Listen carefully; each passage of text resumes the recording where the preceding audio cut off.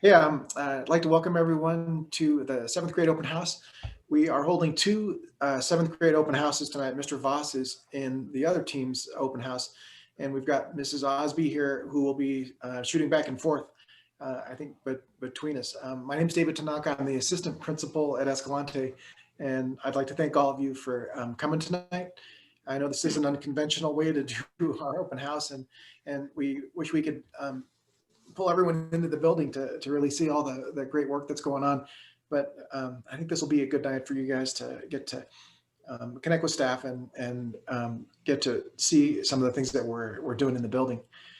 So the purpose for today's open house is to be introduced to all the teachers on the team, to talk about the different learning targets that your kids are engaged in, and also to hear about what the expectations are for our core and let's see, and for our other classes, exploratory classes. And I see Erica Stewart's here. She is our special education teacher. So Erica, if you don't mind, I'm going to have you, when we do the staff introductions, maybe say a few words about what you're working with in special ed. Um, so those are the sort of the key purposes of this gathering tonight. And it's just going to be starting with some teacher summaries and some info on what's going on in class. We'll finish with the questions and answers session. And we'd also like you to please, if you have questions that are more personal, to email staff or give them a call. We're going to try and keep the question and answer session more general tonight so that we don't have staff kind of talking about personal issues in a public group. So just to give you guys one little glimpse about what's important for our school, you guys all know that we're an expeditionary learning school. And the real key behind expeditionary learning is that we want the learning to be challenging, to be meaningful and adventurous. I have this great quote from Kurt Hahn, who started Outward Bound and also started expeditionary learning. And it's a quote that I've got taped to my light switch in my office, and I read it to myself every morning. And it's sort of a guiding principle of what we do. So I'm going to read this to you, and just to give you an idea about what we're really intending here at Escalante and why it's different than other schools. So this is Kurt Hahn, who is the founder of expeditionary learning. I regard it as the foremost task of education to ensure the survival of these qualities: an enterprising curiosity, an indefatigable spirit, tenacity in pursuit, readiness for sensible self-denial, and above all, compassion. So this is Kurt Hahn from Outward Bound. This is the founder of our work, and I think it really kind of represents what our teachers strive for each day, and hopefully what your students are grasping for as well. So thanks for letting me take this time for the introduction. I'm going to turn this over to Tori Queen, our science teacher, and she'll continue the introductions. Hi, everybody.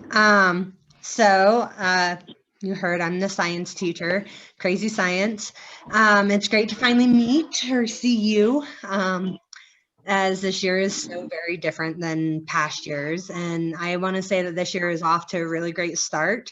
And I'm so happy to be able to be teaching in person. Like, that is so huge for me. And I think also for the students, I think they would feel the same, I hope. We just finished, or some, it depends on what rotation they're on. Some are very close to finishing their Nature of Science unit or case study, our first case study. And through that, we've been learning how to think like a scientist, gather data, make observations, develop inferences, plan and carry out investigation. You should ask them about their paper rocket lab. It's kind of crazy, but it was lots of fun. And yeah, so once they take the test, they're going to be bringing home their notebook, and you will get a chance to see what they've been learning and do a little review. There's a little bit of homework for the parents too with that. So be on the lookout for their notebooks to be coming home. But like I said, it won't be until after they get their test. And I'm testing the purple kids this week. So if they're on the silver rotation, it won't be for another 2 weeks. Moving forward past this, we're going to be diving into the characteristics of life. and my students are going to make a great book of life and all the different types of life there is on this planet. And then we'll start with cells, genetics. We'll end the year with change over time and Earth system science. Sorry, my kids are being loud. And then as far as being successful in science class, their notebook is like their biggest key to success. It's a very important tool in science. It's an interactive notebook. That's what we call it. It basically gets used almost every day. We write in it every day for sure, if not like actually use it. And if they're successful with it this year, then it will set them up for success next year. I know on the Taz team for sure, and I believe the Panther team, and also into high school. High school science classes use interactive notebooks as well. Another thing that will help them be successful with my class is if they're gone, to get on the Google Classroom to see what they missed. Every crew has their own Google Classroom, and I update it every day at the end of the class so that they can see what we did and maybe get the notes if they missed some notes, or at least see what we did, and then they won't be as confused when they come back. So if they have access to Google on a phone, on a computer, on an iPad, they can get onto Google Classroom. And yeah, so thanks for joining us tonight. If you have any questions for me specifically, email is probably the quickest and easiest way for me to answer that.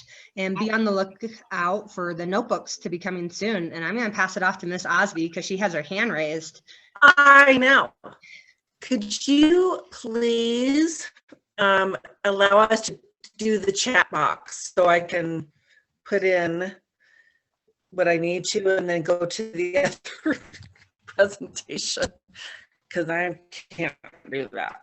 Sorry, I had Good. to Hi, everybody. get away from students yesterday. Thank you. Thank you.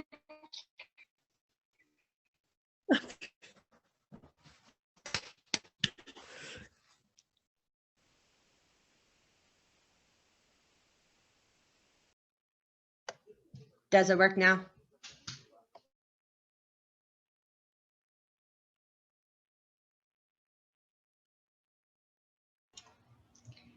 I'm going to introduce myself next. So I'm Miss Regan, Casey Regan. I'm the White Tiger math teacher. And I am also so happy to be meeting everybody and so happy to be teaching in person at this time. So far in 7th grade math, we did a quick review about just rational numbers, adding, subtracting, multiplying, dividing, fractions, and decimals, since we were out of school for such a long period of time, just to kind of catch everyone up to speed. And then we jumped into our 7th grade first learning target on integers, adding, subtracting, multiplying, dividing, positive and negative counting numbers like whole numbers. And then right now, if your child is a purple team child, or the children that have me for purple weeks, we're kind of meshing all that together. We're adding, subtracting, multiplying, dividing, fractions and decimals, positive and negative fractions and decimals. So it's pretty challenging kind of taking those two skills and putting them together. It might be the most challenging learning target, but it's so important because it kind of is the foundation to everything to come. Because after that, we'll be doing a lot of algebra using those skills. And that's going to be like the big part of our year is kind of those foundational skills and algebra.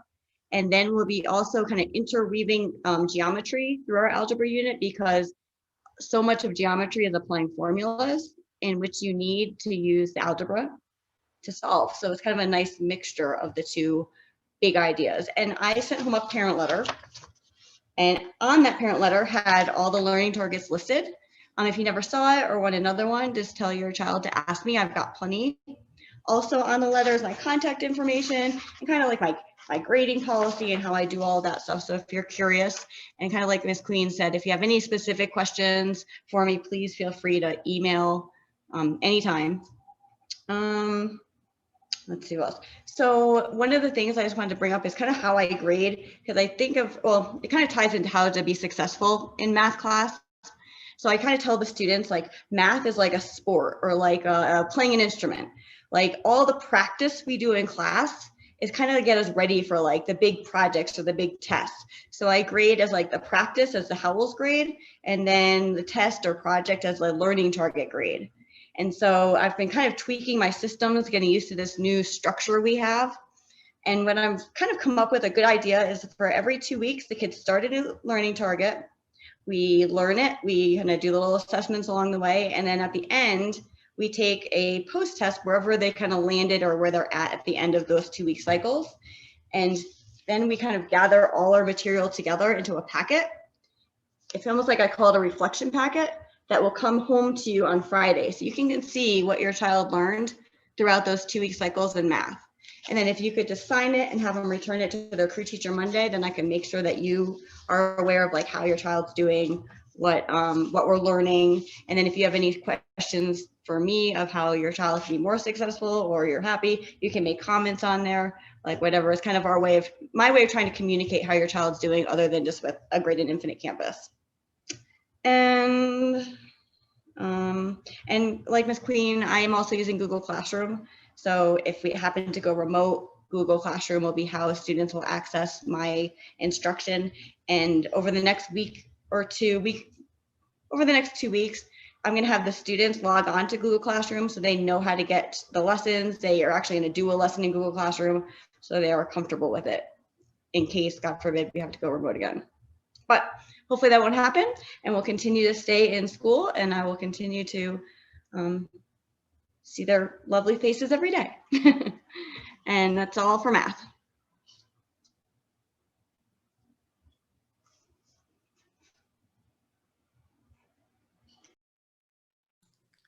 We're going to have Erica Stewart, our special education teacher, jump in because she's going to be shifting to another meeting.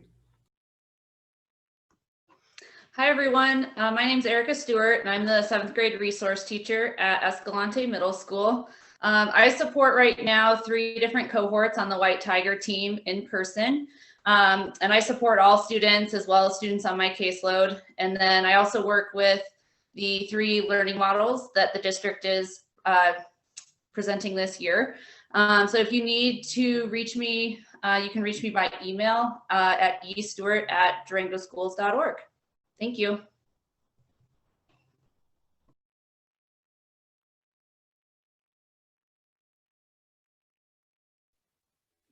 I can go next. Can you guys hear me out there?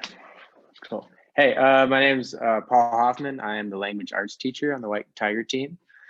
The learning targets are a little wordy, so bear with me, but we're going to be covering all kinds of stuff this year. One of the main ones that we're going to be focusing in on is citing evidence. So we're going to be writing arguments using relevant evidence and valid reasoning that introduces a claim, distinguishes a claim for a counterclaim, supports a claim, and provides a connected supportive conclusion. So basically all those words mean that we're going to be writing argumentatively a lot of the time. We're also going to be covering narratives. So we're going to learn about dialogue, mood, tone, plot structure. We're going to be citing textual evidence to support an analysis of narratives as well as informational text. And we're going to analyze the structure of multiple literary informational texts and how they differ in structure and basically how they contribute to the meaning. But again, I am super happy to be in front of the kids right now. I thrive off them. I thrive off being in front of them and getting to connect with them. And so I'm just really excited to be there and to be covering all these different learning targets that we're doing right now. Couple projects that we've been doing recently. Hopefully you saw some of the projects that they were working on at home, but they just finished their first argumentative piece where they were focusing on something that was unjust or unfair to them, which is pretty fun for 7th graders to see, like, because I feel like so many things is unfair for them, you know, in life. Like, it's fun to ask them, like, what is unjust to you right now? And so they focused in on that. They wrote really awesome essays and argumentative pieces on what's unjust to them. And then the coolest part was they converted it into some art project. So basically they're bringing their writing to life. So some kids were playing with clay, some kids were doing amazing paintings, some were writing short stories, some were writing poems or songs, but basically they were working from taking their thesis statements or their arguments and bringing them to life in some fashion. And then they presented those, and it was a really cool experience. They did really well.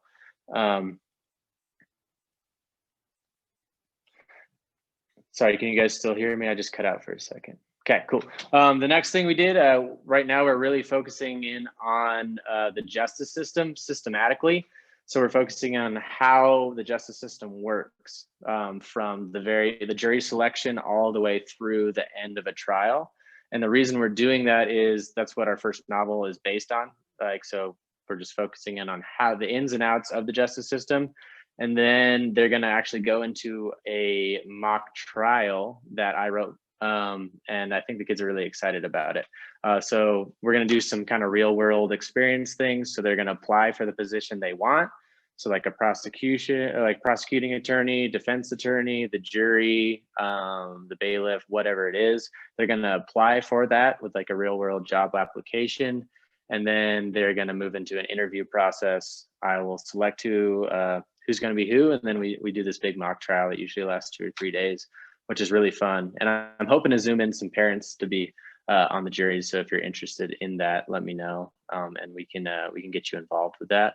After that, we're going to be talking a lot about restorative justice, rather than like traditional justice systems. And that's kind of like the next section of the year. So we'll be doing restorative justice circles, and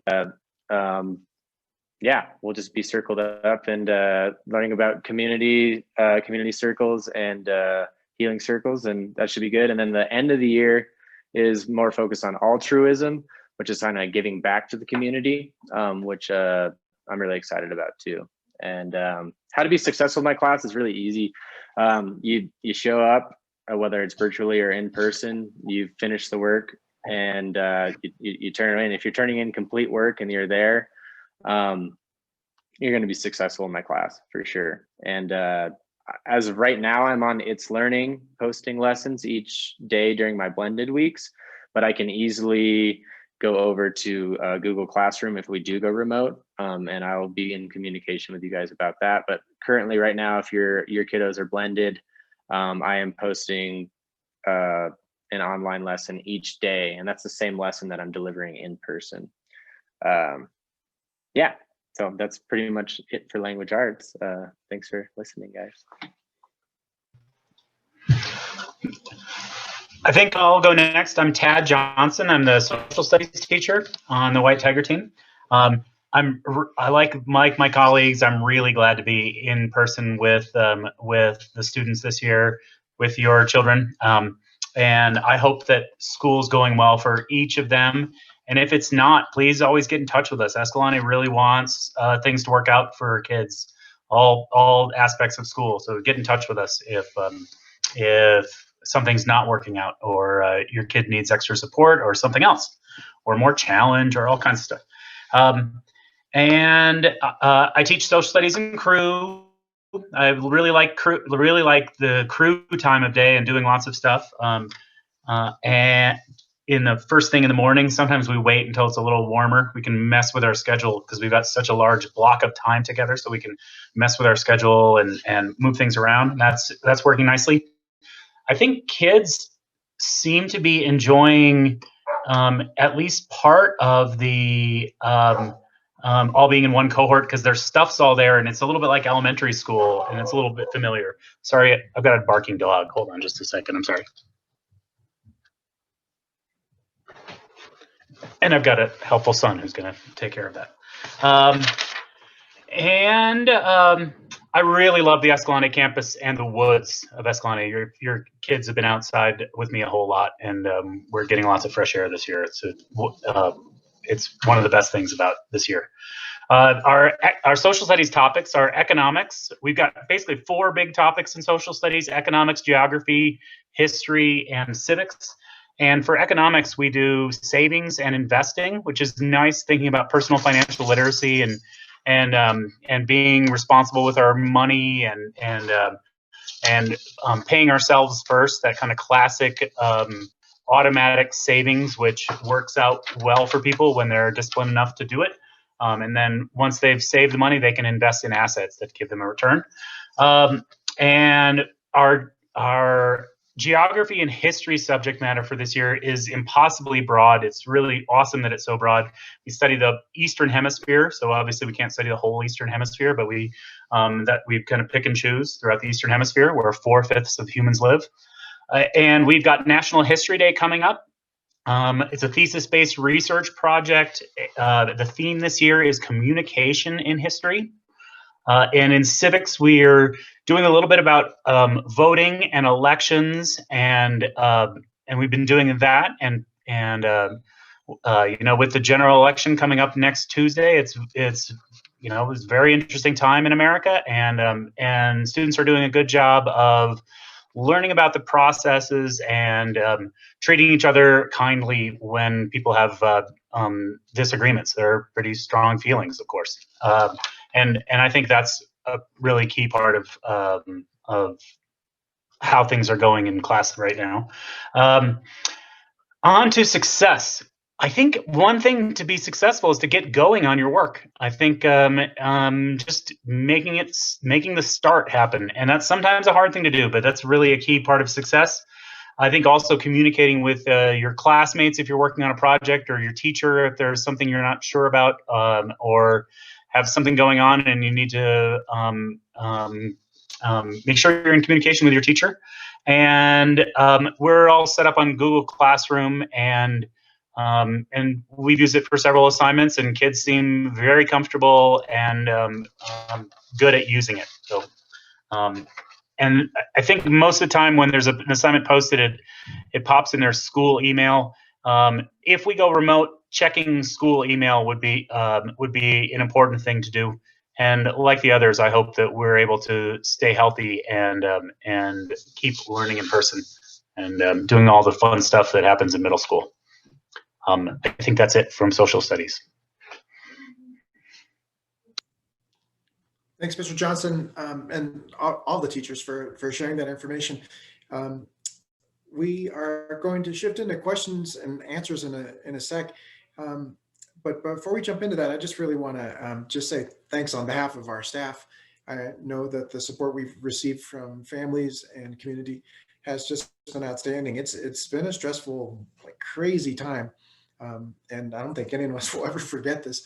But having kids in school, like having your support, it's made a tremendous difference. And we know we're doing good things for kids, whether they're in remote, blended, or all 5 days. So thanks for your trust and your confidence in us. It's definitely been a tricky and challenging time for us, but it feels good to be in the building, and it feels good to be working with kids again. I know we all really are inspired by that. So I'll open it up now to questions and answers. And we've got a small group, so if you want to just unmute and ask questions, we will sit here in an uncomfortable silence until they surface. And also, if you just would like to leave because you've heard enough, feel free to sign off. And thanks again for coming. So I'm going to start our question and answer session now. But yeah, feel free to sign off if you're ready for supper and you've heard enough.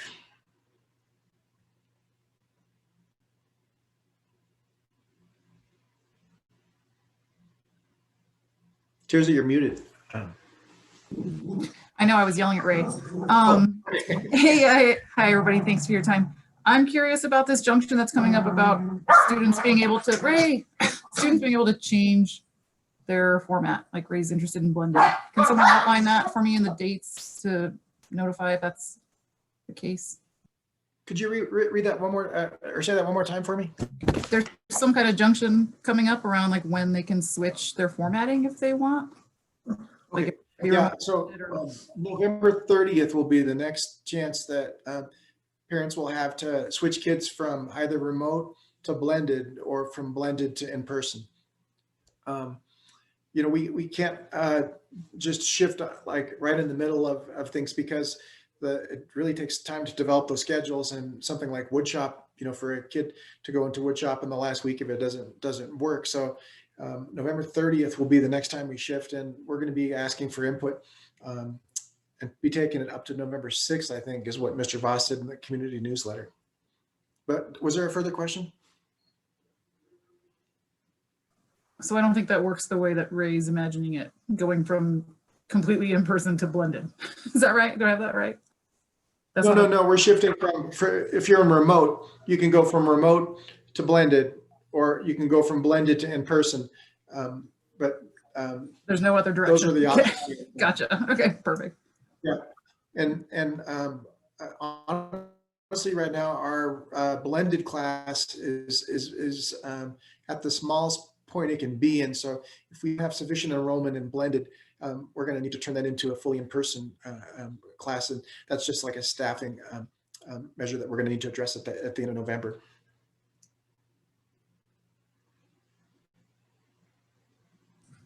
Thank you. Of course.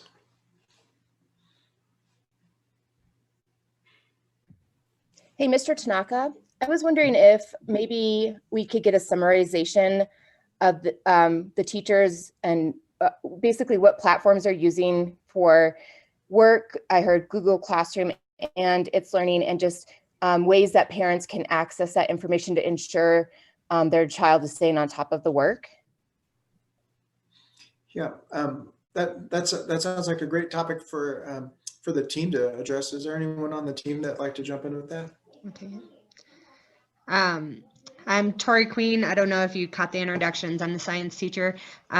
So science and math and social studies, correct, Tad, are all Google Classroom. And students get emails like from Google Classroom when an assignment gets posted. So checking their emails in case we do go to remote learning will be like the most important thing. If they don't hop onto the actual classroom, the classroom also notifies them too. Mr. Hoffman does It's Learning, and I don't know how the notification works with that, but I'll let you take that. Yeah, so if we do go remote, I'll happily switch over to Google Classroom for convenience of everybody. But I was working with a program initially, and that's what I use for my blended weeks. Again, I just post each morning. If your kid is blended, I post a virtual, like a online lesson of what I'm teaching in person. So that's what I'm doing currently. But if we do go remote, yeah, I'll happily switch over to Google Classroom just for convenience for everybody.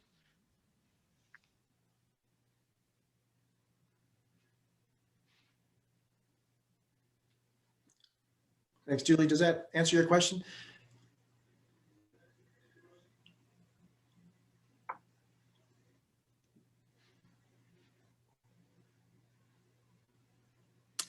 I had a quick question. Shoot. With the in-person students having Friday off, are they going to be doing all of their work for that day on Google and It's Learning? Is there going to be paper stuff coming home, or how are they going to be dealing with that work that's assigned for them on Friday? Yeah, we've been asked to provide instruction for Friday in a format that doesn't require technology. So staff's working out something for kids to work on. Another really good question that was asked was, do we need to do some kind of attendance on Friday for that learning? And what we're going to do is just, the assignment that is assigned when it's turned in, that's proof of attendance on Friday. But there'll be no technology component. Okay, perfect. Thank you. Of course.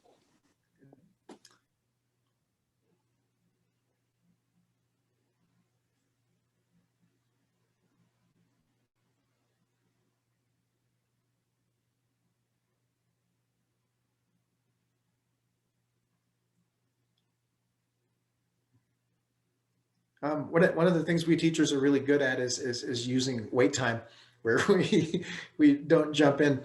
But that was a full 12 seconds. Like, that's a record for wait time. So if you do have questions, please jump in with them. But again, don't feel obligated to stick around if you're not needing to have anything else answered. One thing for remote learning, I think that is important to know, is that if we do get into this situation where we're all in remote, the staff is committed to sending out like a broad set of lesson plans on that Monday of that week, so that you can see what classes are scheduled and when they'll be happening. But then this more specific lesson will be like released on that day. So it won't be like a whole bunch of lessons that, you'll be fed on Monday that will cover the whole week. It's just sort of the broad outline of things. And then on each day, you'll know when to report, and your kids will know when to report. And that's when they'll get the more detailed instructions.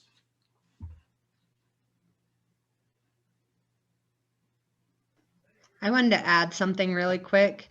As far as making sure your students are turning in their work and things like that, if you're checking IC, Infinite Campus, in my grade book, I don't do zeros. I enter 50% if they are missing an assignment. So if you see a lot of 50%, that means that they did not turn it in and I'm completely missing it. So that way their grade's not entirely tanked by a missing assignment, but it's still in the grade book as like an F. So if there's any questions about that, I'll be happy to address those, but always an important thing to know, I think. And I do the same thing. So when you see 50% in math, it's the same concept. Same in language arts.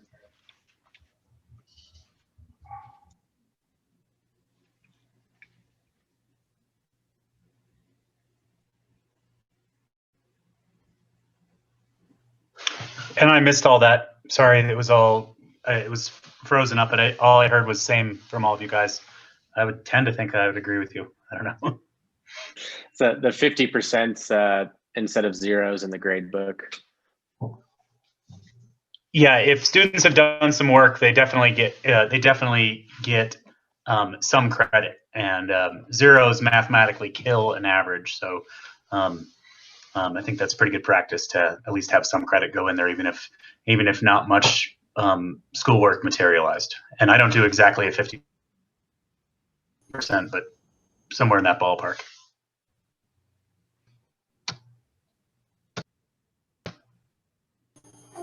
This is Teresa Bagdahl. 2 questions. Micah sometimes forgets, and me too, to remind him to fill out his attendance daily. So is that, even though he's doing the work,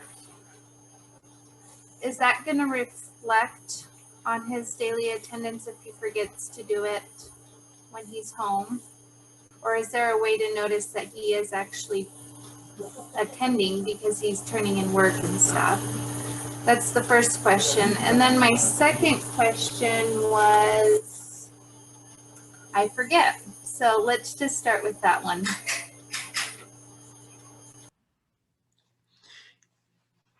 Good question. With attendance, we are really counting on that, verification coming from families. The assignments that are being provided to kids and that they're working on, they're not always like scored and graded at the same time as the lesson. So we really do need you to, like, if you're not, if Mike is not logging on at the right time, to, sending an email to Donna Anderson and letting her know, hey, please excuse this absence. This actually was we intended to be marked present. So Donna Anderson, our registrar, if you just give her a call and even just left it on a voicemail, she will make sure that those are kept updated. And I think also in IC Portal, you can see, absences that are accrued throughout the year. So you can be like, oh man, I didn't, he forgot. So it's this date and this date and this date that I need to have corrected. And staff, is that accurate, what I just said? I think so. And I know there's also a way for teachers to go in and mark like if they participated. So I go in and do that if they've done the online lessons, but I don't know if that actually changes their attendance if they didn't do it. Thank you. So Teresa, giving Donna Anderson a call, it would probably be a good one then to check on that. But I'm almost positive you can see it in IC Portal. Okay, thank you. And then my second question was, as a parent, I should be looking at Infinite Campus, right? To see how his grades are in his assignments. That's updated pretty regularly. correct? Yes, that's true. That's true. And I'll tell you right now that the purple and silver weeks and the scheduling that we've done has been really confusing for Infinite Campus. So right now, some of the information isn't current, and it from time to time will completely drop grades that were there before. So we're working on trying to get that more stable right now, but we just learned some lessons after this first quarter that we weren't expecting coming with grades. So if you are feeling like grades aren't up to date enough, or they aren't detailed enough for you, you can always email staff and they can give you, a quick summary about what's going on and what your kid needs to do.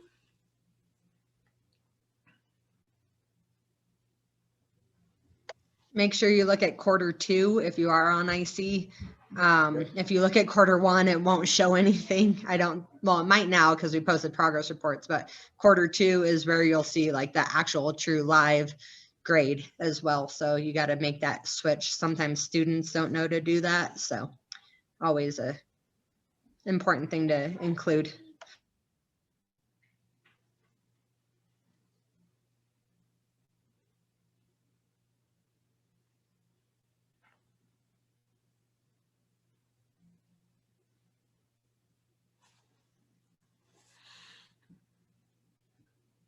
I think that's a pretty long teacher wait time on questions. So if no one has another comment, I'm going to go ahead and call this meeting done for tonight. Once again, parents, thanks for coming tonight. Thanks for your support. Thanks for your confidence in us. It has been a crazy year, but I don't think I'd actually choose to be in any other place right now. So, and I think I speak for the staff in that too. Thank you. Thank you. Thank you so much. Have a good night. Okay.